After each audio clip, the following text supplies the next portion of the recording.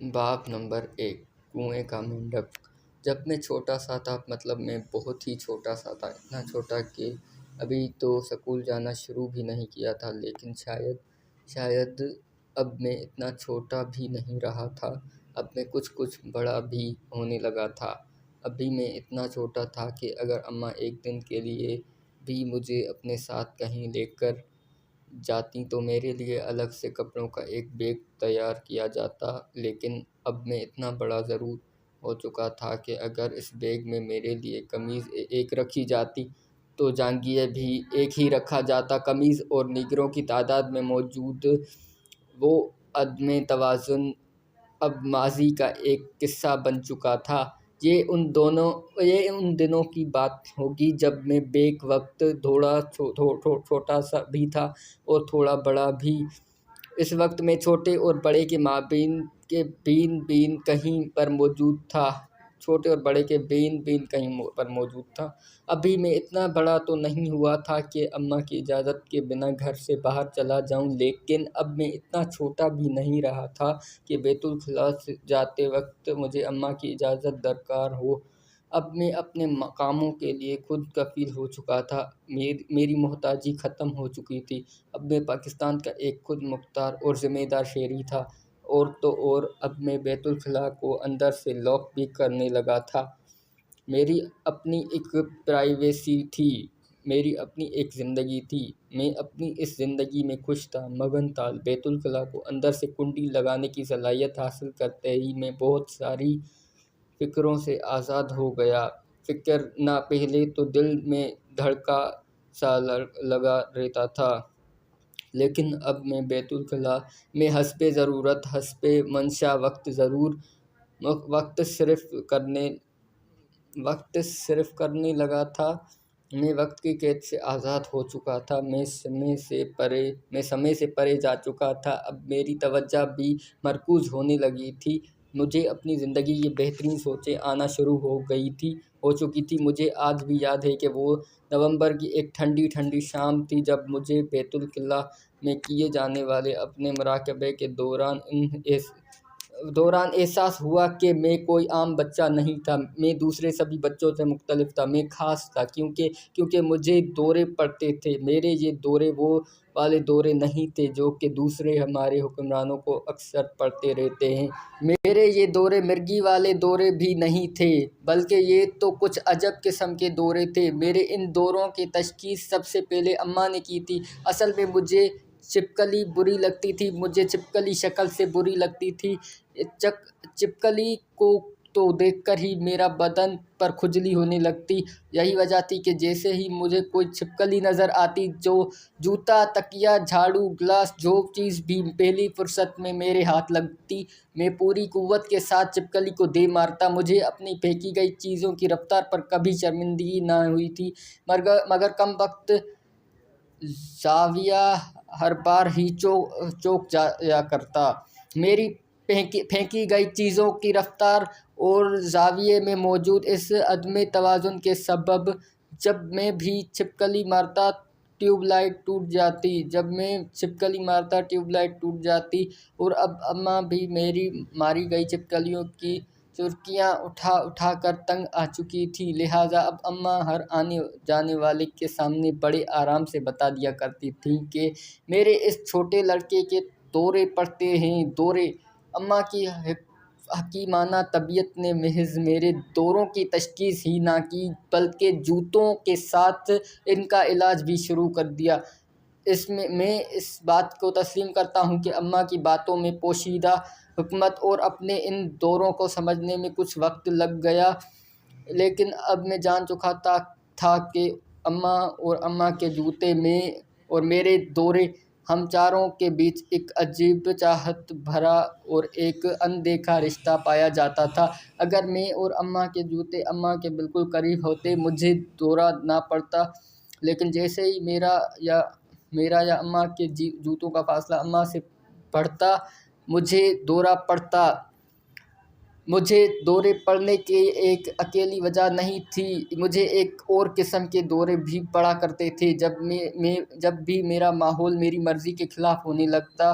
جبکہ کبھی میرے ارد گرد میری ناپسندیدہ چیزوں کی کثرت ہو جاتی، مجھے دورہ پڑتا۔ اس قسم کے دورے کے دوران میرا سر گھومنے لگتا، میرے اندر گھٹن بہت بڑھ جاتی، دل بیٹھنے لگتا اور بدن پر کپکپاہٹ طاری ہو جاتی۔ میرے کان گرم ہو جاتے اور ہاتھ پاؤں تو بالکل ٹھنڈے ہو جاتے۔ ان تمام ذہنی، جسمانی اور نفسیاتی تغیرات کے سبب میرے اندر اس ناپسندیدہ ماحول سے دور بھاگ جانے کی خواہش پیدا ہوتی، اور یہ خواہش ایسی موزوں اتنی طاقتور ہوتی کہ میں اپنی ساری زندگی کبھی اس خواہش پر قابو نہ پا سکا۔ لہٰذا جب بھی مجھے دورہ پڑتا میں بھاگ جاتا۔ یہ 5ویں جماعت کی بات ہوگی، جب ایک شام میں اپنے دوست کے ساتھ گھر کے پاس ہی موجود کھیل کے میدان سے کرکٹ کھیل کر واپس آ رہا تھا۔ گھر اور کھیل کے میدان کے بیچ ایک شاہراہ ہوتی تھی، جس پر ان دنوں بس گاڑیاں ہی چلا کرتی تھیں۔ میرا یہ دوست بارہواں کھلاڑی تھا۔ کھیل کے دوران جب بھی گیند کسی گھر میں گرتی تو گیند واپس لینے میرا یہی دوست جایا کرتا تھا۔ ہم دونوں گپیں لگاتے ہوئے چلے آ رہے تھے کہ سامنے سے گزرتی ایک گاڑی کو دیکھ کر میرے دوست نے مجھے ایک چیلنج دیا، جسے میں نے فوراً قبول بھی کر لیا۔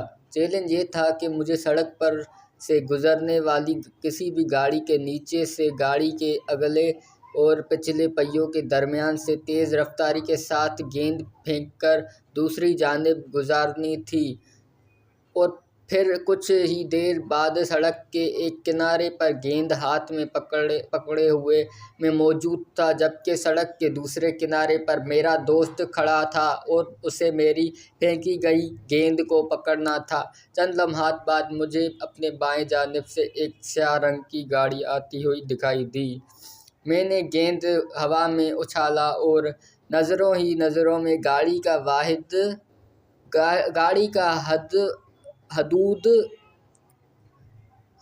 حدودار بے جانچ لیا۔ گاڑی کے اگلے اور پچھلے پہیوں کے درمیان 6 فٹ، جبکہ گاڑی کے پیندے اور سڑک کے درمیان 1 فٹ کا فاصلہ تھا، اور اب مجھے تیز رفتاری کے ساتھ دوڑنے والے اس 6x1 فٹ کے چوکھٹے میں گول کرنا تھا۔ مشکل تھا، بہت مشکل تھا، بہت ہی مشکل تھا، مگر ناممکن نہیں تھا۔ میں نے ہمت نہیں ہاری، میں یہ رسک لینا چاہتا تھا۔ گاڑی تیز رفتاری کے ساتھ میری جانب دوڑی چلی آ رہی تھی۔ جیسے جیسے میرا اور گاڑی کا فاصلہ کم ہو رہا تھا، ویسے ویسے میرے دل کی دھڑکن بڑھتی چلی جا رہی تھی۔ میں نے 2-3 گہرے سانس لیے، اپنے منتشر اعصاب کو درست کرنے کی ایک کوشش کی، اور پھر جیسے ہی گاڑی میرے بالکل قریب پہنچی، میں نے مناسب زاویے پر بازو گھما کر گیند کو پوری قوت کے ساتھ گاڑی کی جانب پھینک دیا۔ مجھے اپنی پھینکی گئی چیزوں کی رفتار پر کبھی شرمندگی نہیں ہوئی تھی، مگر کم وقت زوایا ہر بار ہی چوک جایا کرتا۔ گاڑی کی زوردار بریکیں لگیں اور پھر چرچراہٹ کی تیز آواز پیدا کرتے ہوئے گاڑی کے پہیے جام ہو گئے۔ گاڑی کے سامنے کے شیشے میں ایک بڑا سوراخ، بے شمار چھوٹی چھوٹی دراڑیں موجود، اور میں گول مس ہو جانے پر دونوں ہاتھوں سے اپنا سر پکڑ کر نیچے بیٹھ گیا۔ ایسے میں گاڑی سے ایک کرخت شکل انسان برآمد ہوا، اور میرا دوست، وہ 12واں کھلاڑی، وہ گیند واپس لینے چلا گیا۔ اپنے دوست کی اس حماقت پر میرا دل بیٹھنے لگا تھا۔ میں نے دوست کو ہاتھوں سے بڑے اشارے کیے، بڑا روکا، مگر وہ کم وقت تو محض 2 زائد رنز بچانے کے لیے اتنی تیز رفتاری کے ساتھ دوڑا کہ میری جانب دیکھنا بھی گوارا نہیں کیا۔ پھر میرے اندر بھی اسے دیکھنے کی ہمت نہ رہی۔ گاڑی والے انکل نے جیسے ہی میرے دوست کو گردن سے پکڑ کر فضا میں بلند کیا، میرے ہاتھوں پاؤں میرے ہاتھ پاؤں ٹھنڈے پڑ گئے، مجھے دورہ پڑا اور میں بھاگ گیا۔ مجھے ساری زندگی دورے پڑتے رہے ہیں اور میں بھاگتا رہا ہوں، میں بھگوڑا ہوں۔ جب بھی میرے ارد گرد میرے ماحول میں حالات میری مرضی کے خلاف ہوئے، مجھے دورہ پڑا اور میں بھاگ گیا۔ میرے ان دوروں کا ذکر خیر تو وقتاً فوقتاً ہوتا ہی رہے گا، لیکن وقت گزرنے کے ساتھ مجھے اس بات کا بھی شدت سے احساس ہوا کہ یہ دورے اکیلے مجھ کو ہی نہیں پڑتے، یہاں تو ہر شخص کو ہی دوروں کی شکایت رہتی ہے۔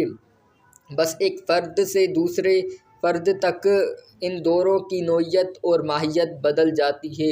یہ جو ہمارے سیانے ہیں نا، انہیں بھی دورے پڑتے ہیں، مگر ان سیانوں کے دورے میرے اور سیاستدانوں کے دوروں سے بالکل مختلف نوعیت کے ہیں۔ ان سیانوں کے دورے زیادہ پیچیدہ اور زیادہ خطرناک ہیں۔ آئیے ان سیانوں کے ساتھ تھوڑا وقت گزارتے ہیں اور ان کو پڑنے والے دوروں کی نوعیت اور پس منظر جاننے کی کوشش کرتے ہیں۔ سیانہ بمقابلہ بھگوڑا۔ سیانہ: آجا آجا بھگوڑے آجا، کدھر رہ گیا تھا؟ ہمیشہ کی طرح اب کی بار بھی پورے 25 منٹ کی دیر کی ہے تو نے، کبھی تو وقت پر آ جایا کر۔ بھگوڑا: آ گیا سیانے آ گیا، تھوڑا حوصلہ تو کر، ایک تو پریشان بڑی جلدی ہو جاتا ہے تو۔ چل، وعدہ ہو گیا تیرے ساتھ، اگلی ملاقات پر میں وقت کی پوری پابندی کروں گا، مگر اس کے لیے میری ایک شرط ہے۔ سیانہ: شرط بول بھگوڑے، شرط۔ بھگوڑا زیر لب مسکراتے ہوئے: سیانے، یہ وقت کیا ہوتا ہے؟ یہ ہمیشہ آگے کی جانب سے رکھتا کیوں محسوس ہوتا ہے؟ بس یہ بات سمجھا دے، اگر یہ کام کر دے تو ہمیشہ وقت پر آیا کروں گا۔ اب ایک چیز جانے بنا ہی اس چیز کی اتنی پابندی کرنا مجھے تو بالکل اچھا نہیں لگتا۔ سیانہ ماتھے پر ہاتھ مار کر بیزاری کا اظہار کرتے ہوئے: بس ہو گیا شروع، آتے ساتھ ہی تھوڑا سانس تو لے۔ بھگوڑے: تجھے سب پتا ہے، تو جان بوجھ کر ہماری دکھتی رگوں کو چھیڑتا ہے۔ اتنی بار تو تجھے بتایا ہے کہ یہ وقت بڑی پیچیدہ چیز ہے، وقت کی چالوں کو سمجھنا اتنا آسان نہیں ہے۔ اس وقت کو جاننے کی ہم کوشش کر رہے ہیں، مسلسل کوشش کر رہے ہیں، اور امید ہے کہ ایک دن کامیاب بھی ہو جائیں گے۔ بھگوڑا: لیکن اس وقت کو جاننے کے لیے مجھے اور کتنا وقت انتظار کرنا ہوگا؟ میرے پاس زیادہ وقت نہیں ہے۔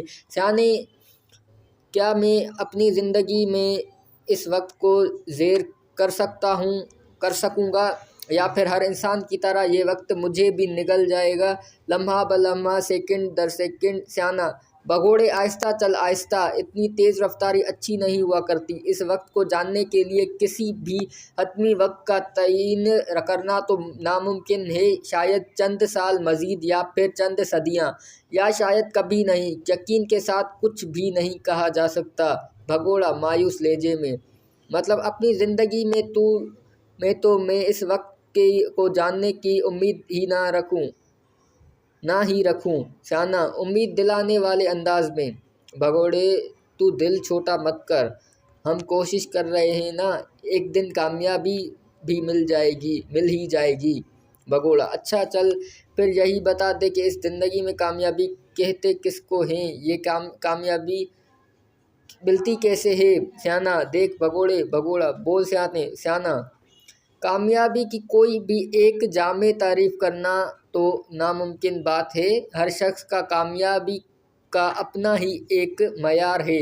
ہر شخص کے لیے کامیابی کے اجزائے ترکیبی بدل جاتے ہیں۔ کسی کو دولت اچھی لگتی ہے تو کسی کو شہرت، کسی کو طاقت میں دلچسپی ہے تو کسی کو یہ سب کچھ ایک ساتھ ہی چاہیے، اور کوئی اس زندگی میں بس خوشی کا طلبکار ہے۔ یہ بالکل بھی لازم نہیں ہے کہ ایک شخص جس چیز کو کامیابی تصور کرتا ہے تو کسی اور شخص کے لیے بھی وہ چیز کامیابی ہی ہو، بلکہ یہ بھی عین ممکن ہے کہ کسی ایک شخص کے لیے کامیابی تصور کی جانے والی چیز یا کیفیت کسی دوسرے شخص کے لیے کامیابی نہیں بلکہ ناکامی ہو۔ اس لیے کامیابی کو کسی ایک خاص چیز کے ساتھ منسلک کرنا غلط ہوگا۔ اسی طرح کامیابی حاصل کرنے کے لیے کسی ایک خاص طریقہ کار پر زور دینا بھی نامناسب بات ہوگی۔ بھگوڑا: مطلب کامیابی کی نہ تو کوئی خاص تعریف ڈیفینیشن موجود ہے اور نہ ہی کامیابی کو حاصل کرنے کا کوئی بھی خاص طریقہ کار۔ شانہ: ہاں، کسی حد تک کہہ سکتا ہے یہ بھی، لیکن بہتر معیار زندگی ایک ایسی چیز ہے جس کے لیے اس دنیا کے بیشتر افراد کوشاں ہیں۔ انسانوں کی اکثریت کی ساری بھاگ دوڑ اپنے معیار زندگی کو برقرار رکھنے یا پھر بہتر بنانے کے لیے صرف ہوتی ہے۔ اس لیے کسی حد تک یہ کہا جا سکتا ہے کہ انسانوں کی اکثریت بہتر معیار زندگی کو ہی کامیابی کہتے ہیں، کامیابی سمجھتی ہے۔ زیادہ سے زیادہ دولت، معاشرے میں عزت، مرتبہ، طاقت اور شہرت، یہ سب چیزیں ہر انسان کو بھلی لگتی ہیں۔ بھگوڑا: اگر بہتر معیار زندگی کا حصول کامیابی ہے تو پھر تو فطرت میں بڑی ناانصافی پائی جاتی ہے کہ جو خود ہی کچھ لوگوں کو پکڑ کر کامیاب بنا رہی ہے تو کچھ کو ناکام۔ ایک انسان اپنی ساری زندگی کی محنت و مشقت کے بعد بھی وہ معیار زندگی حاصل نہیں کر پاتا جو معیار زندگی کسی اور شخص کو پیدائشی طور پر تحفے میں مل جاتا ہے۔ شانہ: کیا بہتر معیار زندگی کا حصول کامیابی ہے؟ شانہ: اچھا بھگوڑے، زیادہ جذباتی مت ہو، میں کب کہہ رہا ہوں کہ بہتر معیار زندگی کا حصول کامیابی ہے، میں تو انسانوں کے ایک عمومی رویہ تجھے بتا رہا ہوں۔ بھگوڑا: تو ایک ہی بات ہوئی نا شانہ، انسانوں کی اکثریت اگر بہتر معیار زندگی کے حصول کے لیے کوشاں ہے تو پھر یقیناً کامیابی تو اسی کو سمجھتی ہوگی، وگرنہ یہ تمام انسان پاگل تھوڑی نہ ہیں کہ ایک چیز کو ناکامی سمجھ کر اس کے پیچھے بھاگتے رہیں۔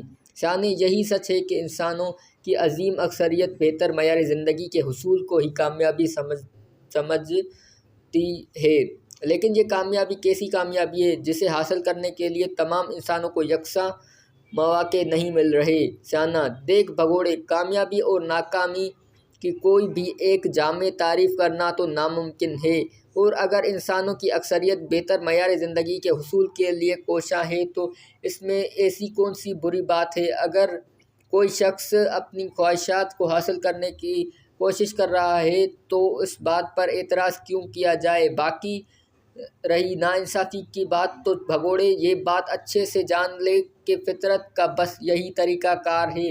ذرا جنگل میں جا کر دیکھ، یہی ناانصافی تجھے ہر جگہ نظر آ جائے گی۔ ایک ہی نسل کے کچھ درخت توانا ہیں تو کچھ درخت کمزور، کچھ پودوں کو اپنا وجود برقرار رکھنے کے لیے زیادہ سازگار ماحول ملتا ہے تو کچھ کو کم، ایک ہی نسل کے کچھ جانور طاقتور ہیں تو کچھ لاغر اور کمزور۔ بھگوڑا: لیکن یہ شانہ، مجھے اپنی بات مکمل کرنے دے پہلے۔ دیکھ بھگوڑے، ہم انسان بھی اسی زمین کا، اسی ماحول کا ایک حصہ ہیں۔ فطرت کچھ افراد کو آگے بڑھنے کے لیے آسانیاں فراہم کرتی ہے تو کچھ افراد کو کم مواقع فراہم کیے جاتے ہیں، یہ فطرت کا اصول ہے، اور فطرت کے اسی اصول کی وجہ سے ہر نوع اسپیشی اپنا وجود برقرار رکھے ہوئے ہے۔ انسانوں میں موجود تمام معاشی اور معاشرتی تفرقات کو ختم کر کے اگر سب انسانوں کو بالکل ایک ہی جیسا بنا دیا جائے تو انسانوں کی معاشرتی زندگی خطرے میں پڑ جائے گی، تمام سماجی ادارے تباہ و برباد ہو جائیں گے، انسان کے لیے اپنا وجود برقرار رکھنا مشکل ہو جائے گا۔ انسان اور انسانیت کی بقا اس میں ہے کہ کچھ افراد کھیتی باڑی کریں تو کچھ محنت مزدوری۔ خاص و عام میں فرق رہنا ضروری ہے۔ اگر سارے انسان زندگی کے اس میدان میں اتر کر اپنے جوہر دکھانا شروع کر دیں گے تو اس کھیل کو دیکھنے کے لیے تماش بین اور شائقین ختم ہو جائیں گے۔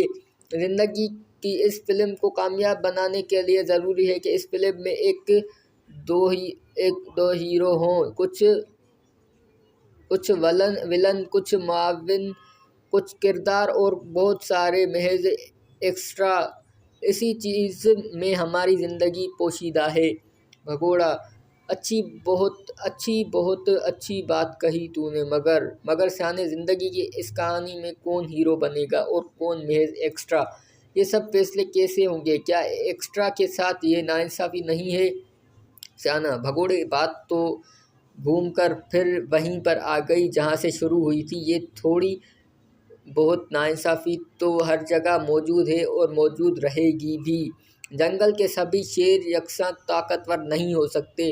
جنگل پر حکمرانی تو کوئی ایک شیر ہی کرے گا۔ ہارنے والے شیروں کو بھاگنا ہوگا، اور پھر اگر کوئی طاقتور شیر کسی کمزور ہرن کو اپنی خوراک بنا رہا ہے تو اس میں ہر ہرن کے ساتھ کوئی بھی ناانصافی نہیں ہے۔ یہی قانون فطرت ہے، سروائیول آف دا فٹیسٹ۔ بھگوڑا سیانے یہ تو بار بار جنگل کا رخ کیوں کیے جاتا ہے؟ سیانا بھگوڑے آخر جنگل سے ہی تو ہماری زندگی کا آغاز ہوا تھا۔ یہ سب جاندار بھی تو ہم میں سے ہیں، بس انسان دوسرے جانداروں سے تھوڑا زیادہ ترقی کر چکا ہے۔ انسانوں نے جنگل چھوڑ کر شہر آباد کر لیے، وگرنہ آج بھی انسانوں اور جانوروں میں کوئی خاص فرق موجود نہیں ہے۔ بھگوڑا اچھا سیانے، یہ اپنا نظریہ ارتقا، تھیوری آف ایوولوشن زبردستی مجھ پر نہ ٹھوس۔ یہ نظریہ محض نظریہ ہی ہے، ابھی ٹھوس شواہد موجود نہیں ہے اس نظریے کے پاس۔ سیانا ہاں ٹھیک ہے، اگر اس نظریے کے حق میں ٹھوس شواہد موجود نہیں ہیں تو اس نظریے کے مخالفین کے دلائل بھی کوئی بہت مضبوط نہیں ہیں۔ اس لیے جب تک اس سے بہتر کوئی نظریہ ہمارے پاس موجود نہیں ہے تو اس وقت تک اس نظریے پر بات کرنے میں کوئی برائی نہیں ہے۔ بھگوڑا اچھا سیانے، یہ تو بتا کہ یہ تیرے قدرے ترقی یافتہ بندر یعنی انسان میں اخلاقی حس کیوں پائی جاتی ہے؟ انسان کیوں کچھ رویوں اور اعمال کو اچھا سمجھتا ہے تو کچھ کو برا؟ ایسا کیوں ہے؟ یہ سچ اچھا ہے تو جھوٹ برا، بہادری اچھی ہے تو بزدلی بری، دوسروں کو نقصان پہنچانا بری بات ہے تو انسانیت کی خدمت کرنا ایک اچھی چیز۔ آخر بندر سے بنے انسان میں یہ اخلاقی حس کیسے پیدا ہو گئی؟ سیانا انسانوں میں اخلاقی حس کا پایا جانا انسانوں کی معاشرتی زندگی کے سبب ہے۔ جیسے جیسے انسان اور انسانی معاشرے ترقی کرتے گئے ویسے ویسے ان معاشروں کی بہتری اور بقا کے لیے انسانوں کو مختلف قوانین بنانا پڑے ہوں گے، اور پھر رفتہ رفتہ یہی قوانین انسانی زندگیوں کا ایک اہم حصہ اور جزو بن گئے۔ بہت عرصہ پہلے یہ بات محسوس کی گئی ہوگی کہ وعدہ خلافی سے انسانوں کی معاشرتی زندگی پر منفی اثرات مرتب ہوتے ہیں۔ بس اس وقت سے وعدہ خلافی کو بری چیز سمجھا جانے لگا، اور پھر اسی طرح سے انسانی معاشرے کچھ چیزوں کو اچھا تو کچھ چیزوں کو برا جاننے لگے، یا یوں کہ لے کے اس طرح سے انسانوں میں اخلاقی حس کا ارتقا ہو گیا۔ بھگوڑا اچھا سیانے، یہ تو بتا کہ رشوت کا لین دین اور جھوٹ دونوں اچھی چیزیں ہیں یا بری؟ سیانا رشوت اور جھوٹ دونوں بری چیزیں ہیں، اس بات میں کوئی شک نہیں ہے۔ بھگوڑا چل پھر صرف ایک بات مجھے سمجھا دے کہ اگر میں رشوت دے کر اپنا رکا ہوا کام نکلوا سکتا ہوں تو مجھے رشوت کیوں نہیں دینی چاہیے؟ اور اگر میں رشوت لے کر اپنی بہت ساری خواہشات کو نہایت آسانی کے ساتھ پورا کر سکتا ہوں تو مجھے رشوت کیوں نہیں لینی چاہیے؟ اور پھر اسی طرح سے اگر میں جھوٹ بول کر کوئی کاروباری فائدہ اٹھا سکتا ہوں تو مجھے جھوٹ کیوں نہیں بولنا چاہیے؟ سیانا اگر تو بار بار جھوٹ بولے گا تو لوگ رفتہ رفتہ تیرا اعتبار کرنا چھوڑ دیں گے۔ رشوت کے لین دین میں بھی اس بات کا قوی امکان موجود ہے کہ کسی دن تو پکڑا جائے گا۔ بھگوڑا اچھا سیانے، چل فرض کر میں کسی اجنبی شہر میں بس چند گھنٹوں کے لیے موجود ہوں۔ اس شہر میں مجھے اپنی زندگی میں دوبارہ کبھی نہیں آنا۔ اس شہر کے لوگ میرے لیے اجنبی ہیں تو میں ان کے لیے اجنبی۔ کیا اس شہر میں اپنے چند گھنٹوں کے قیام کے دوران میں اس شہر کے باسیوں کو چونا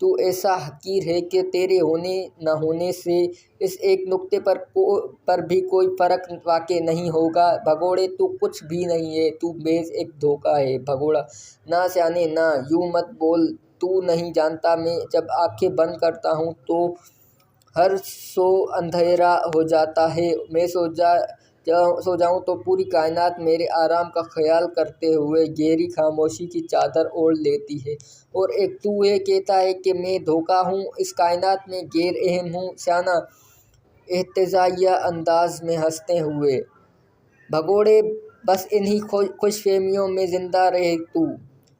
یہ ذرا دیکھ اپنے اوپر موجود اس وسیع و عریض کائنات کو، اور پھر غور کر اپنے اس حقیر وجود پر۔ تو محض چند ایٹمز ہے، جب تک یہ ایٹمز ایک خاص ترتیب سے جڑے ہیں بھگوڑا موجود ہے۔ جس دن یہ ایٹمز بکھر گئے بھگوڑا مٹی میں مٹی ہو جائے گا۔ گنتی کے چند ایٹمز، بس یہی حقیقت ہے بھگوڑے تیری۔ بھگوڑا (اپنی نشست پر تھوڑا جم کر بیٹھتے ہوئے): چند ایٹمز سے مل کر بنا ہوں نا میں۔ اچھا سیانے، پھر یہ تو بتا کہ سپر پوزیشنز کیا ہوتی ہیں؟ ایٹمز میں موجود الیکٹرانز بیک وقت بہت ساری جگہوں پر کیسے موجود ہو سکتے ہیں؟ بھگوڑے کے دیکھنے یا نہ دیکھنے سے ان الیکٹرانز کی حرکت کا کیا تعلق ہے؟ ان الیکٹرانز کو کیسے پتہ چل جاتا ہے کہ اب جناب حزب مآب بھگوڑا صاحب ان کی جانب دیکھ رہے ہیں تو اب نہیں؟ سیانا پریشانی سے اپنی نشست پر پہلو بدلتے ہوئے: بھگوڑے مجھے اعتراف ہے کہ ابھی تک ہمیں بالکل بھی اندازہ نہیں ہے کہ یہ سب کچھ کیسے ہو جاتا ہے، مگر ہم کوشش کر رہے ہیں اور امید ہے کہ ایک دن یہ عقدہ بھی حل کر لیں گے۔ بھگوڑا: دیکھ سیانے، تھوڑا غور سے سن میری بات۔ میرے دیکھتے ہی یہ الیکٹرانز اپنا چال چلن بدل لیتے ہیں۔ اگر میں بھی بس چند ایٹمز میں ہوں تو میرے دیکھنے سے ان الیکٹرانز کی حرکت کا کیا تعلق؟ سیانے: بھگوڑا محض چند ایٹمز نہیں ہے۔ سیانے: بھگوڑا محض چند ایٹمز نہیں ہے، بھگوڑا کچھ اور ہے۔ بھگوڑا: تو کچھ اور ہی ہے۔ یہ الیکٹرانز بھی اپنی سپر پوزیشنز بس اس وقت تک برقرار رکھ سکتے ہیں جب تک بھگوڑا ان کی جانب نہیں دیکھ رہا۔ میری نگاہ کو محسوس کرتے ہی ان الیکٹرانز میں ہلچل ہونے لگتی ہے، ایک کھلبلی مچ جاتی ہے۔ سیانے: سوچ، ذرا سوچ، یہ ساری کائنات بھی تو ایٹمز سے مل کر بنی ہے نا؟ اور ایک تو ہے کہتا ہے کہ میں اس کائنات میں غیر اہم ہوں۔ سیانا: ٹھیک ہے بھگوڑے، تو جیے یا اپنی انہی خوش فہمیوں میں، مگر حقیقت یہی ہے کہ تو اس کائنات میں غیر اہم ہے۔ بھگوڑے: تو بے اوقات ہے، بے اوقات۔ بھگوڑا: حقیقت؟ سیانے: یہ لفظ حقیقت تیرے منہ سے سننا بالکل بھی اچھا نہیں لگتا۔ کسی ایک چیز کی بھی حقیقت معلوم ہے تجھے؟ ایک ذرے میں پہا کائناتوں سے اس کائنات کی وسعتوں تک، کائنات کی ابتدا سے اس زمین پر زندگی کی آغاز تک، یہ جس فضا میں تو سانس لے رہا ہے اور یہ وقت جو تجھے لمحہ بہ لمحہ کھائے چلا جا رہا ہے، اس کائنات میں کسی ایک چیز کی حقیقت بھی معلوم ہے تجھے؟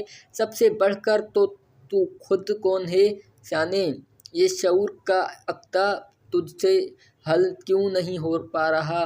سیانے: تو خود اپنی حقیقت سے بھی بے خبر ہے، تیرے منہ سے حقیقت کا لفظ سننا برا لگتا ہے۔ بس بھگوڑے بس، ان تمام باتوں میں کوئی ایک چیز بھی ایسی نہیں ہے جس پر شرمندہ ہوا جائے۔ ہاں ٹھیک ہے، نہیں معلوم ہمیں حقیقت کسی ایک بھی چیز کی، مگر ہم کوشش کر رہے ہیں، مسلسل کوشش کر رہے ہیں، اور ایک دن ہم اپنی اس کوشش میں کامیاب ہو بھی جائیں گے، اور پھر کائنات کے 14 ارب سال کی طویل عمر کے مقابلے میں انسان ابھی چند ہزار سال کا ایک بچہ ہی تو ہے۔ ان چند ہزار برسوں میں ہم نے جنگل کو ترقی یافتہ مہذب معاشروں میں تبدیل کر دیا، چاند پر ہم پہنچ چکے ہیں۔ کائنات کا ماضی ہماری نگاہوں سے اوجھل نہیں ہے۔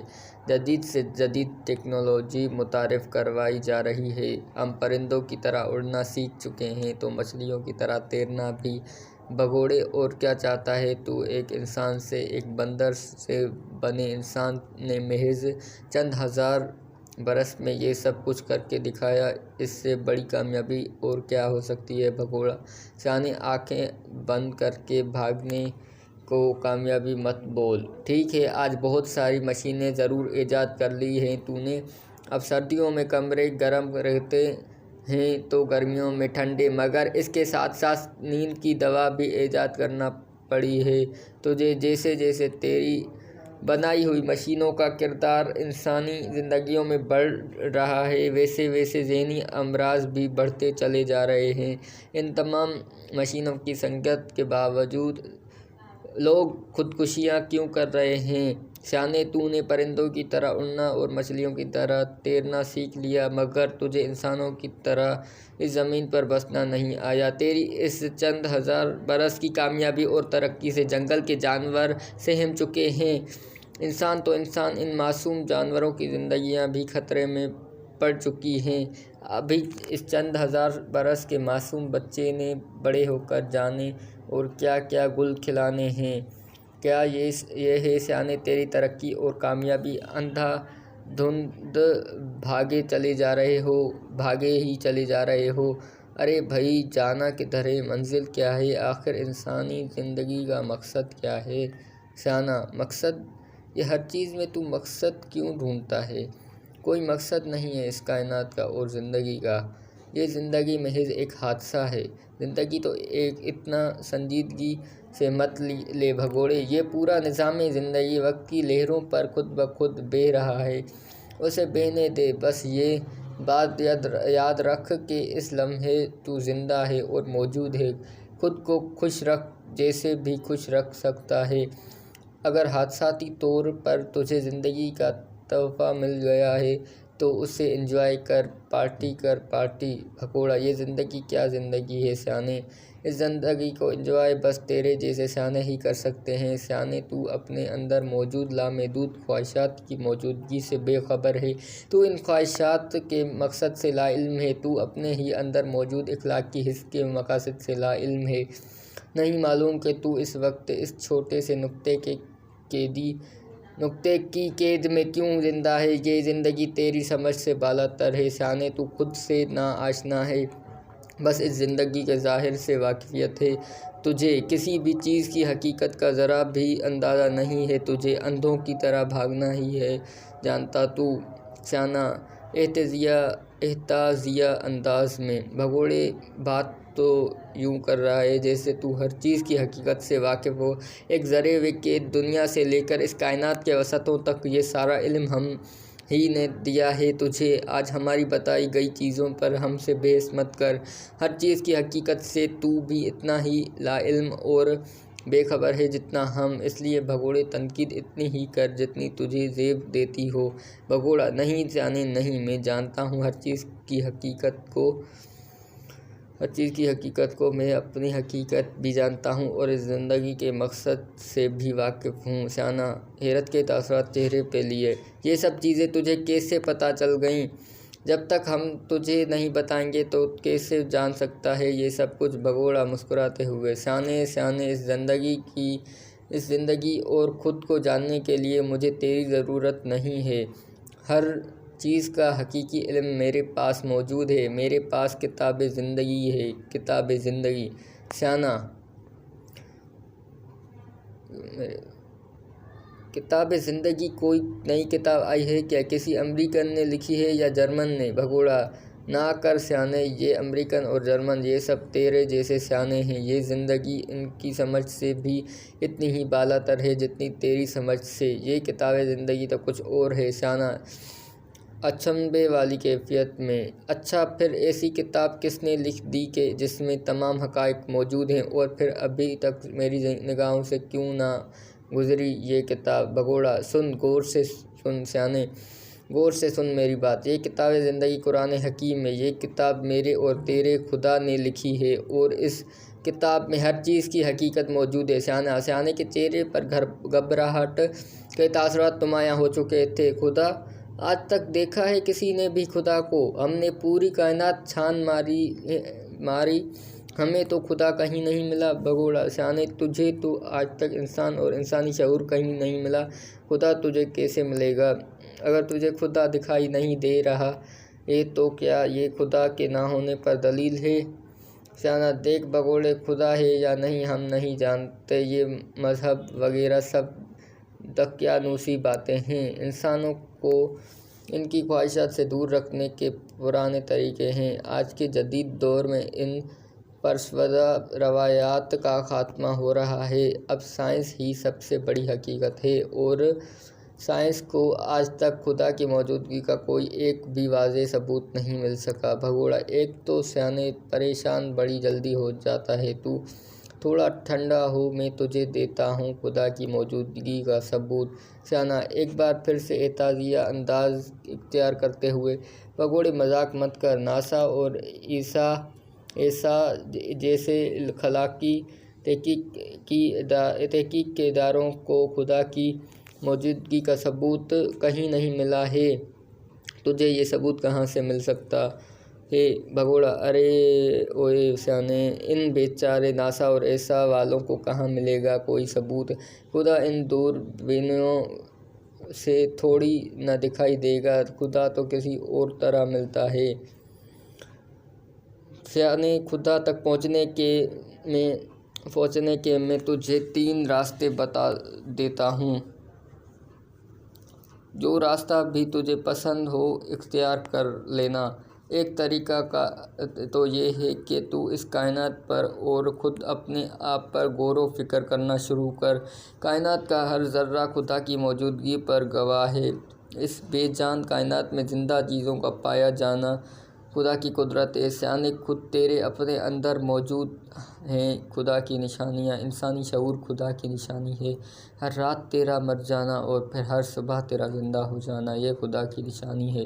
سیانے، تیرے اندر موجود لامحدود خواہشات خدا کے وجود پر دلیل ہیں۔ تیری یہ خواہشات تجھے کچھ بتا رہی ہیں، سمجھا رہی ہیں، تو کبھی سن تو صحیح ان کی بات۔ انسانوں کے بیچ موجود تمام معاشی اور سماجی تفرقات خدا کے وجود پر دلیل ہیں، مگر تو چھوڑ دے، یہ تیرے بس کی بات نہیں ہے۔ سیانے، اس طریقے سے اگر تجھے خدا ملنا ہوتا تو اب تک مل چکا ہوتا۔ تیرے ہر سو اور خود تیرے اپنے ہی اندر نشانیاں موجود ہیں خدا کی، مگر تو خدا کی ان قدرتوں کو دیکھ کر بھی اندیکھا کر رہا ہے، تو خدا کا انکار کرنے پر بزد ہے۔ یہ طریقہ تیرے لیے کارآمد نہیں ہوگا، چل تجھے ایک اور طریقہ بتا دیتا ہوں۔ سیانے، یہ جو تیرے اندر اخلاقی حس پائی جاتی ہے، یہ اخلاقی حس خدا کے وجود پر دلیل ہے۔ تیرے اپنے ہی اندر کوئی موجود ہے جو تجھے اچھائی پر چلنے کی ترغیب دیتا رہتا ہے۔ تیرے اپنے ہی اندر کوئی موجود ہے جو ہر برا کام کرنے پر تجھے ملامت کرتا ہے۔ یہ جو تو بنا کسی بھی عقلی دلیل کے اخلاقیات پر عمل پیرا ہونا چاہتا ہے، تیرا یہ رویہ خدا کے وجود پر دلیل ہے، مگر تو خدا کی اس نشانی کا انکار کر رہا ہے اور مسلسل کر رہا ہے۔ سیانے، اگر تو اپنے اندر موجود اس اخلاقی حس کی مکمل پیروی کرنا شروع کر دے تو کچھ ہی عرصے بعد تو خدا کے روبرو ہوگا۔ اگر ہر وہ چیز، ہر وہ کام چھوڑ دے جس کے بارے میں تیرے اندر سے آواز آتی ہے کہ یہ ایک بری چیز یا برا کام ہے، اور اگر تو ہر وہ چیز اپنا لے، ہر وہ کام کرنا شروع کر دے جس کے بارے میں تیرے اندر سے آواز آتی ہے کہ یہ ایک اچھی چیز اور اچھا کام ہے، تجھے خدا مل جائے گا۔ مگر چھوڑ دے سیانے، یہ کام بھی تجھ سے نہ ہو پائے گا۔ اپنی اخلاقی حس کی مکمل پیروی کرنے کے لیے تجھے اپنی بہت ساری چھوٹی چھوٹی حیوانی خواہشات کو چھوڑنا پڑے گا، تجھے اپنے گریبان میں بار بار جھانکنا ہوگا۔ یہ مشکل کام ہے سیانے، اور یہ کام تیرے سے نہ ہو پائے گا، اس لیے تجھے یہاں سے بھی خدا نہیں ملے گا۔ چل، اب تجھے خدا کے روبرو ہونے کا سب سے آسان اور سب سے بہترین طریقہ بتا دیتا ہوں۔ تجھے خدا کے وجود پر سب سے بڑی اور روشن دلیل بتاتا ہوں۔ قرآن حکیم۔ قرآن حکیم خدا کے علم سے اتاری گئی کتاب ہے اور خدا قرآن کریم سے ملتا ہے، قرآن حکیم سے ملتا ہے۔ سیانے کے ہاتھ پاؤں ٹھنڈے، رنگے فک بھگوڑے۔ ہر مذہب کے پاس اپنے پیروی کرنے والوں کو مطمئن کرنے کے لیے کتابیں موجود ہیں، مگر اس کا یہ مطلب نہیں ہے کہ یہ کتابیں خدا کے وجود پر دلیل ہیں۔ یہ سب محض ایک بھگوڑا۔ تو نے کبھی قرآن حکیم پڑھا؟ سیانا: نہیں، میں کیوں پڑھوں، مجھے ضرورت نہیں ہے۔ بھگوڑا: قرآن حکیم خدا کی کتاب ہے اور اس کتاب میں انسانی زندگی کے ہر پہلو کے لیے کامل رہنمائی موجود ہے۔ بہت ساری ایسی چیزیں جو سائنس نے 100 سال پہلے دریافت کی ہیں، ان چیزوں کے بارے میں قرآن حکیم نے 1400 سال پہلے ہی بتا دیا تھا، پیشن گوئی کر دی تھی۔ سیانے: تو ایک کام کر، تو کوشش کر کے قرآن حکیم سے کوئی ایک حقیقی غلطی ڈھونڈ دے، یا پھر قرآن حکیم میں 6000 سے زائد آیات موجود ہیں، قرآن حکیم کی کسی 2 آیات میں تضاد ڈھونڈ دے، اور اس کام میں بے شک اپنے جیسے مزید جتنے مرضی سیانوں کو بلا لے۔ بس یہ کام کر دے۔ اگر تو یہ کام کر دے تو جا بھگوڑا بھی سیانا ہو جائے گا، اور اگر یہ کام نہ کر سکے اور سیانے، تو ہرگز یہ کام نہ کر سکے گا، اور پھر یہ بات جان لے اور مان لے کہ قرآن حکیم تیرے خالق تیرے خدا کے علم سے اتارا گیا ہے۔ سیانے کا دل ڈوبنے لگا، بدن پر کپکپاہٹ طاری ہو گئی، مگر سیانا بزدل رہا۔ سیانا: بھگوڑے، میرا وقت بہت قیمتی ہے، میں ایسا فارغ نہیں ہوں کہ ان سب چیزوں پر اپنا وقت ضائع کروں۔ بھگوڑا: ٹھیک ہے، اچھا چل پھر یہی بتا دے کہ یہ وقت کیا ہوتا ہے۔ وقت ہمیشہ آگے۔ سیانے کا دماغ گھوم گیا۔ سیانے نے کافی کامک ادھر ہی پھینکا اور بھاگ گیا۔ میں بڑا حیران ہوا کہ سیانا یوں اچانک سے ہی اٹھ کر کیوں چلا گیا۔ کچھ دیر میں ششوپنج میں ڈوبا ادھر ہی بیٹھا رہا، اور پھر میں بھی گھر واپس آ گیا۔ اماں کو سیانے کے ساتھ ہونے والی اپنی ملاقات کا احوال بیان کیا۔ میری بات سن کر اماں کسی گہری سوچ میں ڈوب گئیں۔ اماں کچھ دیر اسی طرح گمسم بیٹھی رہیں اور پھر مجھ سے کہنے لگیں کہ سیانے کے ساتھ ہونے والی اپنی تمام باتوں کو دوبارہ سے مکمل تفصیل کے ساتھ بیان کرو۔ اماں کے جوتوں کے ڈر سے میں نے نہ چاہتے ہوئے بھی ساری باتیں دہرا دیں۔ میری باتیں سن کر کچھ دیر اماں گہری سوچ میں ڈوبی رہیں، پھر اماں نے اپنی تشخیص کا اعلان کر دیا: ان مردود سیانوں کو تو خدا اور قرآن کے نام پر ہی دورے پڑتے ہیں، دورے۔ میں تو اماں کی باتوں میں پوشیدہ حکمت کا بہت عرصہ پہلے ہی قائل ہو چکا تھا، لہٰذا میں نے بھی فوراً ہی اماں کی ہاں میں ہاں ملا دی، اور اماں کے ساتھ باتیں کرتے کرتے جانے کیوں اچانک سے مجھے سمندر کا وہ مینڈک یاد آنے لگا جو سمندر میں آئے مدعو جزر کے سبب ایک چھوٹے سے کنویں میں گر گیا تھا۔ ایک محدود کنویں میں گر کر سمندر کے اس مینڈک کا دم گھٹ رہا تھا، تو وہ سانس بھی بڑی مشکل سے لے رہا تھا۔ کنویں کے اندھیرے میں اسے وحشت ہو رہی تھی۔